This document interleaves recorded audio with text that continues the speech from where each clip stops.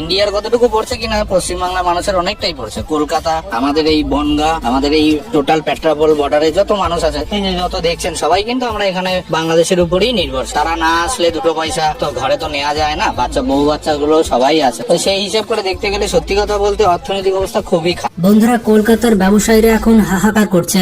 তারা বলছে এই 3 দালালের জন্য আমাদের ব্যবসা ধ্বংসের পথে। আমরা অনেক সময় ধরে এখানে বসে আছি, একটা প্যাসেঞ্জার নেই, ইনকাম পত্র খুব খারাপ। এভাবে চললে কিভাবে চলবে? আমাদের তো খুবই অবস্থা খারাপ। বাড়ি বউ বাচ্চা আছে, তাদের নিয়ে সংসার চালানো, পড়াশুনো বাচ্চাদের খুবই অবস্থা। সেই 3 জন দালাল হচ্ছে নরেন্দ্র মোদী, শুভেন্দু অধিকারী এবং ময়ূখ রঞ্জন। পররাষ্ট্র উপদেষ্টা তৌহিদ হোসেন বলেছেন, ভারতীয় মিডিয়া বিশ্বব্যাপী বাংলাদেশ সম্পর্কে নানা মিথ্যা তথ্য তুলে ধরে বদনাম ছড়াচ্ছে। এ বিষয়ে দেশবাসীকে সজাগ থাকার আহ্বান জানান তিনি। তাদের উল্টাপাল্টা কাজকর্মের জন্য কলকাতার ব্যবসায়ীরা এখন ধ্বংসের মুখে। এইরকম ফাঁকা বাজার এর আগে কখনো দেখেছেন? না, দেখলাম। এতগুলো মানুষের এখন না খেয়ে মরার দশা। নরেন্দ্র মোদী ভিসা বন্ধ করে দেওয়ার কারণে বাংলাদেশিরা আর ভারতে যাচ্ছে না। নাও এবার বোঝো ঠেলা। পেট্রাপোল চেকপোস্ট বনগা সাব ডিভিশনে মহকুমারের মধ্যে 20,000 লোকের রুটি রুজি ডেলি মার খাচ্ছে তারা। বাংলাদেশিরা যেত বলে কলকাতার মানুষেরা খেয়ে পড়ে বেঁচে থাকতো। বন্ধুরা, আমি বানিয়ে বলছি না, কলকাতার ব্যবসায়ীদের মুখ থেকে আপনারা শুনুন। মেনলি বাংলাদেশিদেরকে উদ্দেশ্য করে গেস্ট হাউসটা বানানো। পার্ক স্ট্রিটে যত হোটেল আছে, যত রেস্টুরেন্ট আছে, যত ঠেলাওয়ালা আছে, রিক্সাওয়ালা আছে, অটোওয়ালা আছে, যার যার ব্যবসা ছিল সব বন্ধ, শূন্য হয়ে গেছে। বন্ধুরা, ভারত এখন নিজের ফাঁদে নিজে পড়েছে। আপনারা দেখতে পাচ্ছেন কলকাতার মানুষের কি অবস্থা, বিশেষ করে হোটেল ব্যবসায়ী এবং পরিবহন ব্যবসায়ীদের। এখানে 10টা রুম 15টা রুম থাকতো, ওখানে 2টা রুম আছে। প্রায় মোটামুটি 20-25 এর বেশি হোটেল বন্ধ হয়ে গেছে। একসময় যারা ভাবতো বাংলাদেশিদের দরকার নেই, আজকে তারাই হাত পেতে বসে আছে। ব্যবসা তো আগে ছিল, আগে যখন বাংলাদেশি আসতো, এখন আসছে না। পুরো ব্যবসা তো পুরো হোটেল পুরো বন্ধ আছে। अगर वीजा दे देता तो हम लोग का वेल एंड गुड अच्छा होता। हम लोग तो चाहते कि दोनों देश का संबंध अच्छा रहे। বাংলাদেশিদের ভিসা আটকে রেখে ভারত ভেবেছিল ভারত খুবই চালাকি করেছে। আমি এখান থেকে দাবি করছি, ভিসা 100% স্টপ করুন। আমরা প্রয়োজন হলে একদিন অপেক্ষা করে ভিসা দপ্তরে যাবো, এখানে ভিসা সেন্টারে। স্টপ, ভিসা দেওয়া বন্ধ করুন completely. Export import permit issue করা বন্ধ করুন, বাকিটা আমরা বর্ডারে করব। আর বাংলাদেশের মানুষ বিপদে পড়েছে।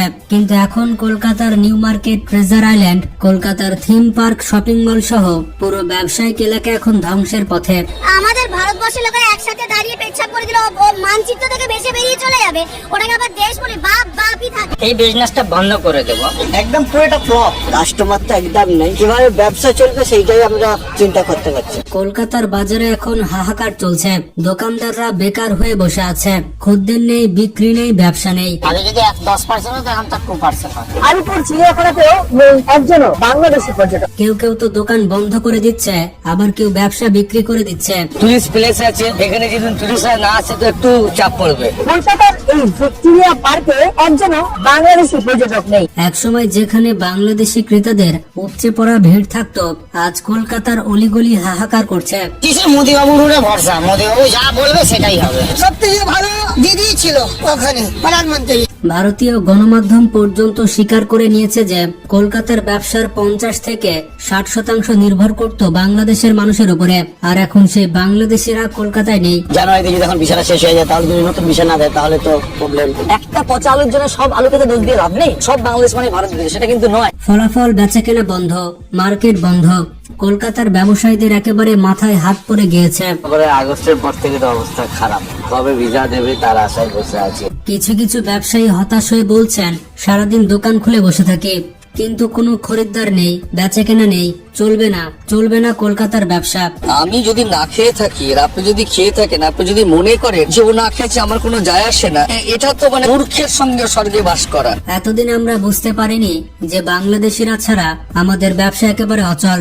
এবার আমরা হারে হারে টের পাচ্ছি। প্রতি বছর রমজান মাস আসলে কলকাতায় ঢলনা মতো বাংলাদেশি ক্রেতারা, তারা ঈদের শপিং করতে ব্যস্ত থাকতো। কলকাতায় গিয়ে কোটি কোটি টাকা ঢালতো বাংলাদেশিরা। প্রভাব পড়েছে কলকাতার ঈদের বাজারে। অন্যান্য বছরের তুলনায় এবার কেনা বেচা অনেক কম। বাংলাদেশি পর্যটক না আসায় বিপাকে হোটেল রেস্তোরাঁগুলো। কিন্তু এবার বাংলাদেশের রাজনৈতিক অস্থিরতা এবং ভারতের ভিসা জটিলতার কারণে বাংলাদেশি ক্রেতারা এখন কলকাতায় নেই। তাই এখন থাকবে না কলকাতা, থাকবে না কলকাতার মানুষ। কলকাতার পুরো নিউ মার্কেট এখন ফাঁকা। তারা রীতিমতো মুখ শুকিয়ে বসে আছে। বাংলাদেশে একটু কমই আছে, যেন সবাই জানে পরিস্থিতি কি আছে। ডিসঅ্যাডভান্টেজ দেওয়া বাংলাদেশে নেই বলে একটুখানি আমাদের একটু সেলটা একটু দেওয়া হয়। ব্যবসার অবস্থা এতটাই খারাপ যে অনেক দোকানদার কর্মচারীদের ছাঁটাই করতে বাধ্য হচ্ছে। শুধুমাত্র মার্কেটই নয়, বাংলাদেশিরা না আসায় কলকাতার হোটেল ব্যবসা শেষ। আগে যেখানে বাংলাদেশিরা মাসের পর মাস হোটেল বুক করে থাকতো, এখন সেই হোটেলগুলো ফাঁকা পড়ে আছে। সেই হোটেলগুলোতে শুধুমাত্র আওয়ামী লীগের লোকজন রয়েছে। এক হোটেল ব্যবসায়ী বলেন, আমাদের 70% ব্যবসা বাংলাদেশিদের উপরে নির্ভর ছিল। এখন আমাদের সবকিছু শেষ। এই সবকিছু নরেন্দ্র মোদীর দোষ। বাংলাদেশে ক্রমাগত ভারত বিরোধিতা বাড়ছে, এর কারণটা কি? পলাতক প্রধানমন্ত্রী যখন গণহত্যাকারীর তকমা নিয়ে ঘুরে বেড়াচ্ছে, তাকে মোদী সরকার কেন ভারতবর্ষে পুষে রেখেছে? এতে বাংলাদেশের মানুষের আক্রোশ বাড়ছে ভারতের প্রতি। হাসিনা একদিন থাকবে না, মোদী একদিন থাকবে না, আমি আপনি থাকবো না, কিন্তু ভারতবর্ষ থাকবে, বাংলাদেশ থাকবে। বাংলাদেশের আভ্যন্তরীণ ব্যাপার যে ওরা হাসিনাকে রাখবে না তাড়িয়ে। কলকাতার রেস্টুরেন্ট ব্যবসায়ীরাও চিৎকার করছে, তাদের চিৎকার শোনার কেউ নেই। তাদের হোটেলে প্রতিদিন 200 থেকে 300 বাংলাদেশি খেতে আসতো, এখন তাদের হোটেলে শুধুমাত্র মশা মাছি খেতে আসে। নিরাপত্তার নিশ্চয়তা দিয়ে বাংলাদেশিদের কলকাতা ভ্রমণের আহ্বান জানিয়েছেন হোটেল মালিক ও ব্যবসায়ীরা। শনিবার সংবাদ সম্মেলনে আহ্বান জানান market street free school street welfare society, new market trade association এবং হোটেল ওনার্স অ্যাসোসিয়েশন। এই সময় গুজবে কান না দিতে বাংলাদেশি পর্যটকদের আহ্বানও জানান তারা। যারা বাংলাদেশিদের প্রয়োজন নেই বলে ভাবতো, আজকে তারা এখন বিপদে পড়েছে। বাংলাদেশিরা ছাড়া কলকাতার ব্যবসা ধ্বংসের মুখে, এতে কোনো সন্দেহ নেই। এখন প্রশ্নটি হচ্ছে, ভারত কি নিজের ভুল স্বীকার করবে নাকি নিজেরা নিজেদের গলা টিপে মারবে?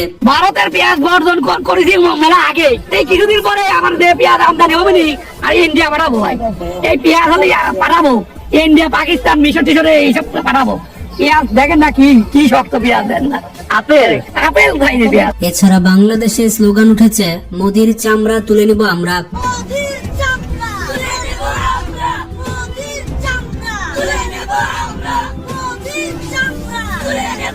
এমনকি বাংলাদেশ ভারতের কাছ থেকে পেঁয়াজ আলু না কেনার কারণে ভারতের কৃষকেরা না খেয়ে মরছে। আপনারা দেখতে পাচ্ছেন রাস্তায় তারা আলু পেঁয়াজ ফেলে প্রতিবাদ জানাচ্ছে।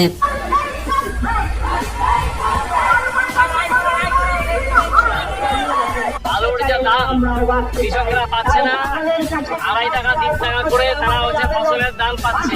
ফলে কৃষকের আত্মহত্যা ইতিমধ্যে শুরু হয়ে গেছে সারা বিভিন্ন জেলা। এই সব কিছু নরেন্দ্র মোদীর চোখেই পড়ছে না।